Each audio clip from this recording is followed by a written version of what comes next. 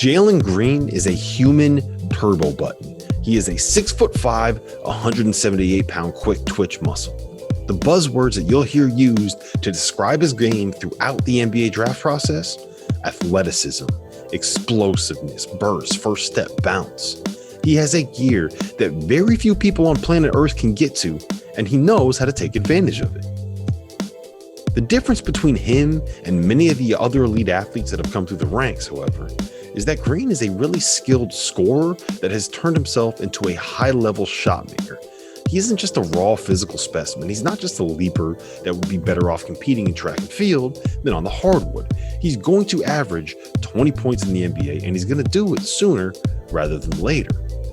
Green's path to the NBA draft is new. He did not matriculate through college. He took the money that the G League Ignite program was paying and turned pro out of high school, meaning that he spent the last year training with and playing against former All-Americans that are now in their 20s, scrapping for one more NBA contract. He played 15 games in the G League bubble against grown men as a young 19-year-old, and he played really well, averaging 17.9 points while shooting 46% from the floor and 36.5% from three on nearly 6 attempts per game.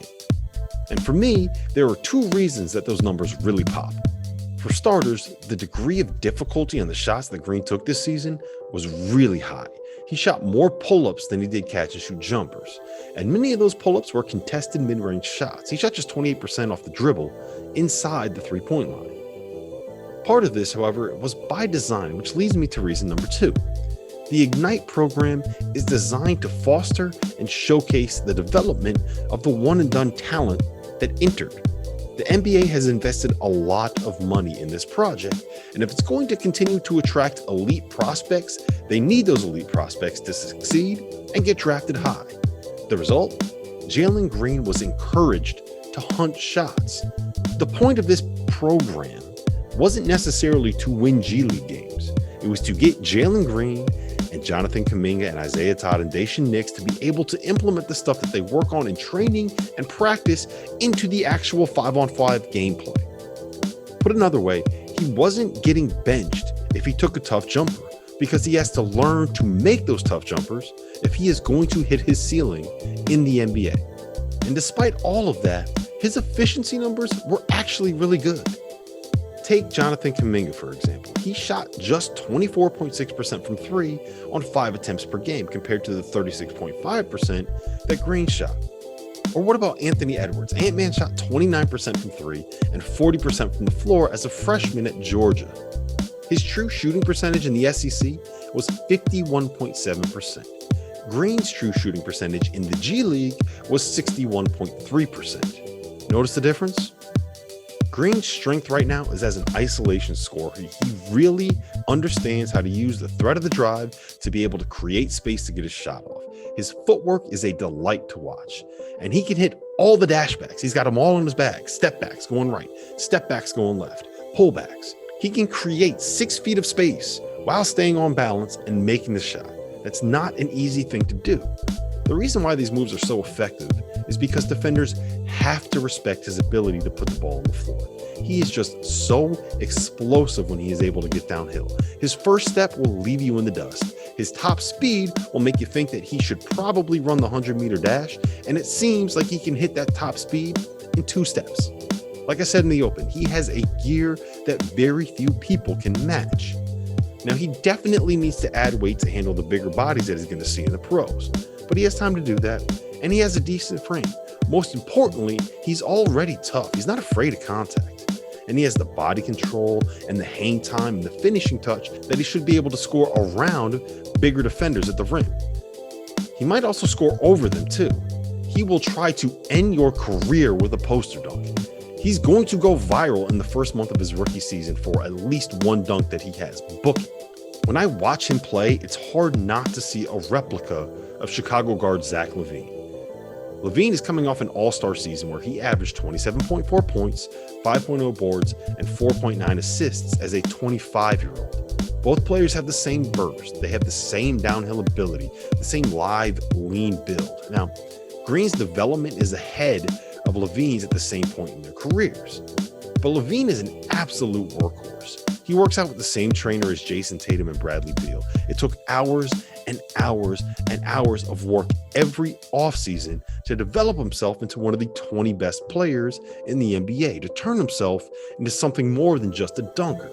Now, he's still crazy athletic, but he is an all-star because he's doing everything else now too. That's where Green needs to grow. He has to learn how to make better reads out of ball screens. He has to learn how to work through his progressions. He has a tendency to get locked in on making a specific play or a specific pass, be it getting to his pull-up in the mid-range or hitting the roll man off a ball screen. He doesn't necessarily read what a defense is giving him. Sometimes that results in just a gorgeous assist. Sometimes it leads to just an awful turnover. Now, he'll get there eventually. You're not supposed to have it all figured out when you're removed from high school. And I think that Green will eventually make his leap when the game slows down for him. When you're as athletically gifted as he is, playing high school competition can lead to some bad habits. He could explode past or over every defender that he faced when he was in high school. He didn't need any nuance to his game. But that wasn't the case in the G League, and that won't be the case in the NBA.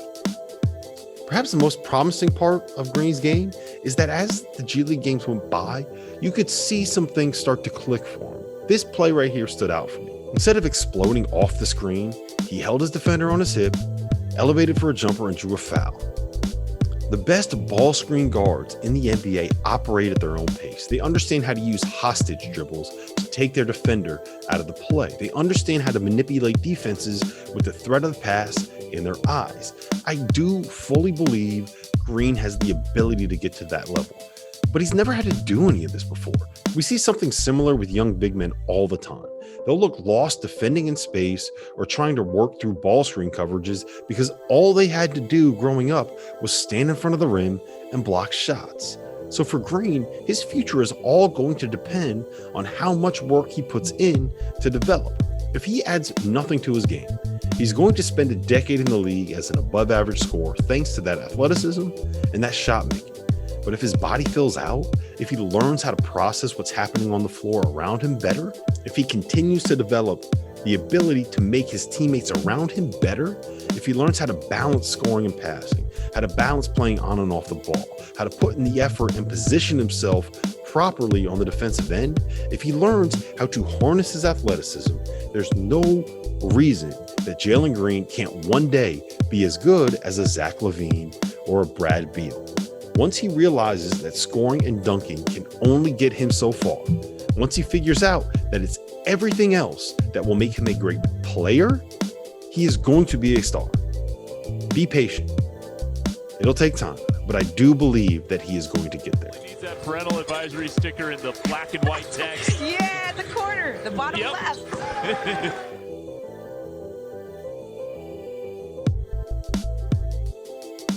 Thanks for watching the video, guys. If you liked what you saw here, please hit that like button. Please hit that subscribe button. Maybe leave a comment. Interactions like that really do help grow the channel, and they help more people like you find this content. So if you liked what you saw here today and you want to help me out, that's all you got to do. See you on the next video.